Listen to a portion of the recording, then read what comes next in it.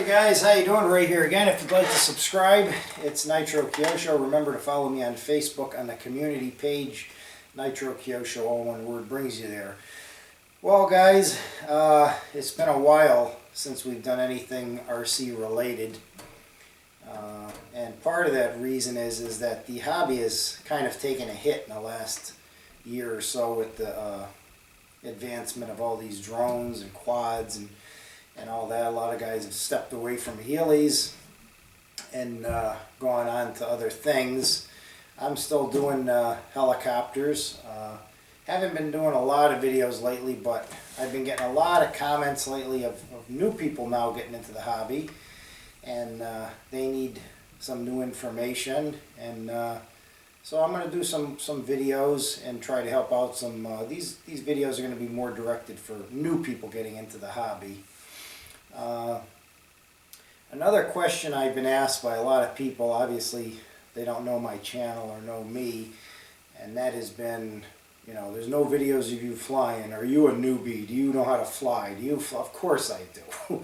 And anybody who knows me has seen my videos. There's tons of, endless amounts of videos of me flying. If people are too lazy to search the channel to find them, then I can't help you. But there are videos of me flying, guys, and I will tell you that I'm a very advanced pilot. So for any of the guys that think I just sit behind a camera and talk, they don't know me.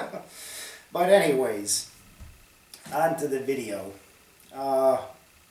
People getting into the hobby, one of the biggest things they're asking is maintenance. And what do you do to keep these things maintained and that kind of stuff?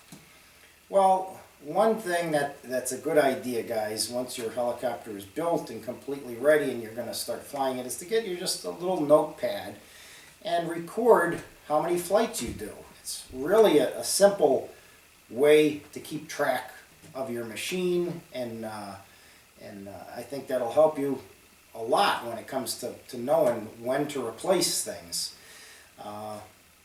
Because it's really a general question. I mean, it depends how much somebody's flying. Are they flying 10 times a day, once a week, 5 times a week? So it's really up to you guys out there to keep track of it. In my opinion, start checking things after about 100 flights. Okay. For me, this thing is a very nice helicopter. It's very durable. It's got great parts on it, great bearings, everything. And I do my maintenance once a year. And so we'll talk a little bit about that right now. Things that I do personally. One of the big things is changing the bearings out. You know, check your bearings. You've got your bearing blocks here, or you can simply get new bearings. If you don't want to get new bearings, or you don't know how to change bearings, you can buy new bearing blocks and just pop new bearing blocks in. It's obviously cheaper to replace just the bearings themselves. In the manuals they tell you the dimensions of the bearings, and you can buy them at like Healy Direct or A-Main Hobbies. So definitely your bearings in the main block take a lot of abuse. Your tail bearings back here, guys, on either side, definitely take a lot of abuse. Even the torque tube bearings, I recommend changing. Okay, all the links, the plastic ball links up here on your pitch rods, on your cyclics here. Simple thing to do. Pop them off, measure them, you know, put some new ones on, and then always go back and double check your pitch to make sure it's not off just a little bit. They wear out too, guys. And when they wear out, you risk the possibility of one popping off, okay? And that can cause a crash, obviously. You don't want to leave bearings in there till they burn out and lock up on you, and that can cause a crash. Another thing I like to do is double check Loctite, because Loctite doesn't last forever either, guys, okay? And one tip, whenever you're using Loctite, building a new machine, a lot of these screws come with oil on them. So get yourself some simple green or alcohol or some kind of a mild degreaser, and make sure you wipe them off in the paper towel, because Loctite and oil and greases don't play well together. One big thing I like to do too is as far as Loctiting, is Reloctiting the struts here, the fin up here on the frame, the main two screws that hold in your whole tail box assembly back there is a good idea to do. Replacing the dampeners and the head is definitely a good thing to do, because when you start getting a lot of flex in there, you can get boom strikes. Re-greasing all your thrust bearings, and just, I like to also double check all the Loctiting on, like, redo the swash plate and all these up here on the head, because you know, hot and cold weather and everything plays a part, wear and tear, and things can come loose, guys. Another big thing is checking your solder joints on your ESC, on your motor. Make sure you don't have any bad solder joints, anything coming loose. You know, basically just keeping the machine, every time before I go out, I put a little bit of a light oil on the main shaft, inside the swash ball there, on the back, on the pitch slider back here, on the tail rotor, a light bit of oil.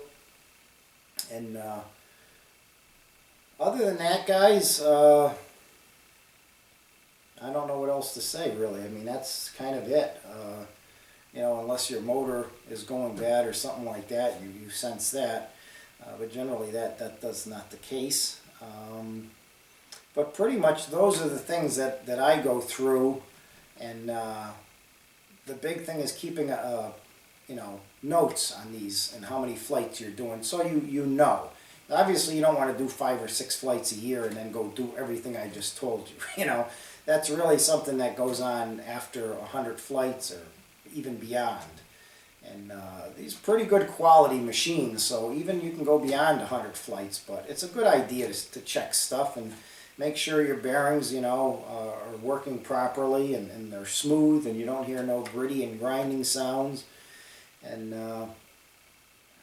I would say that's probably pretty much it as far as going through these things. Oh, you can double check your blades too. Sometimes you can feel soft spots and some of the carbon fiber gets kind of beat. That's rare. Usually that's if they're defective from the factory or something, but I've actually had that on different blades. And I found that before it did cause a crash on some tail blades a year or so back. But just double checking the Loctiting, greasing, you know, replacing bearings, greasing thrust bearings, you know, head dampeners and that. That's really it, guys. But definitely keep yourself a log of everything, and I think you'll have some successful flights. Remember, guys, these are like anything else. You know, they don't last forever. You do have to maintenance these things, just like you have to maintenance your body or your automobile or your home or anything else in life, you know. Thanks for watching. I hope this helps some new guys out.